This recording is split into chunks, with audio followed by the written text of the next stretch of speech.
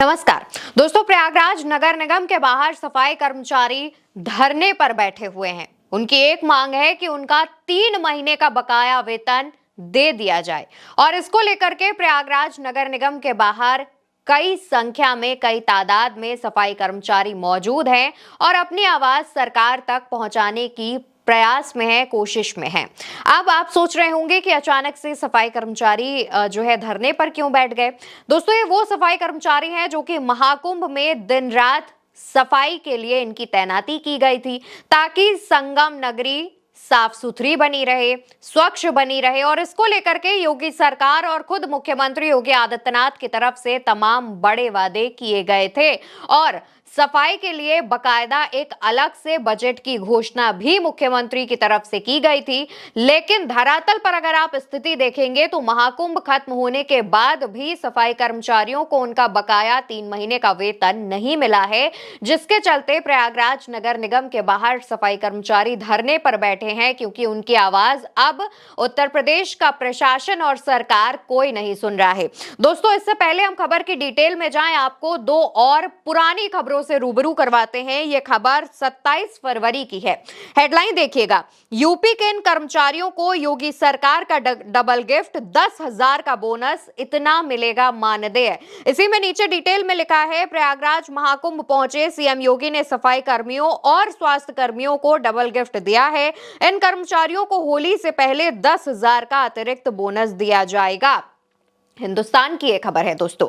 इसके अलावा ABP news की भी जो खबर है वो भी देखिए। हेडलाइन में लिखा है, 10,000 रुपए का बोनस और 5 लाख तक का फ्री इलाज, महाकुंभ के सफाई कर्मियों को सीएम योगी का तोहफा।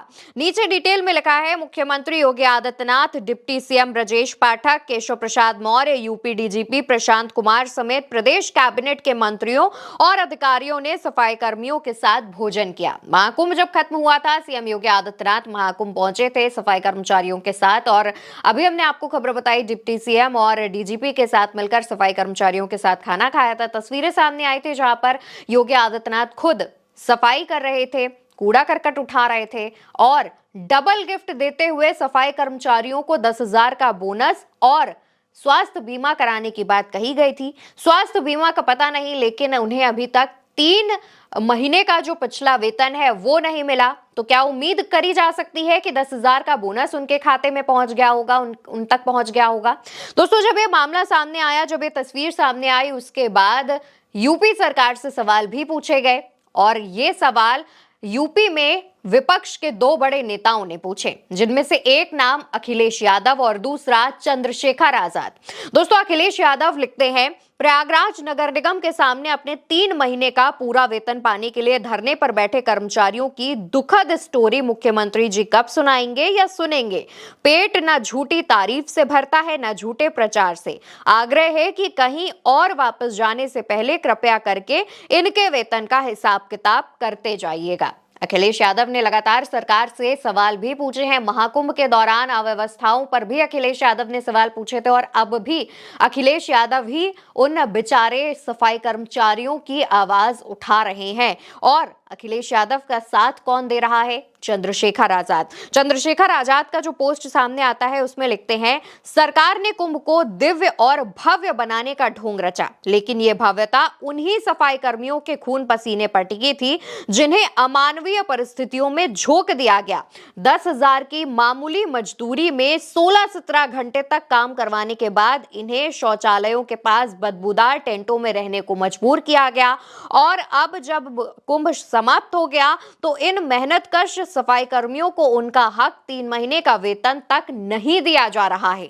यह सिर्फ लूट और शोषण नहीं, बल्कि सरकार का जातिवादी और अमानवीय चरित्र भी उजागर करता है। मुख्यमंत्री को टैग करते हुए लिखते हैं, मुख्यमंत्री से पूछना चाहता हूं। 5 सवाल उन्होंने सरकार से पूछे हैं। पहला सवाल है, क्या सरकार बता सकती है कि कुंभ के 7,500 करोड़ रुपए के विशाल बजट में सफाई कर्मियों के लिए कितनी राशि रखी गई थी और वो कहां गई? जब सरकार करोड़ों रुपए प्रचार में झोंक सकती है तो सफाई कर्मियों को मेहनताना देने में लाचारी क्यों? क्या यूपी सरकार के लिए सफाई कर्मी सिर्फ इस्तेमाल करने के लिए हैं? 3 महीने का वेतन कब मिलेगा? क्या सरकार का राम राज्य सफाई कर्मियों के शोषण पर टिका है? और ये वो 5 सवाल हैं जो चंद्रशेखर आजाद ने यूपी सरकार और मुख्यमंत्री योगी आदित्यनाथ से पूछे हैं।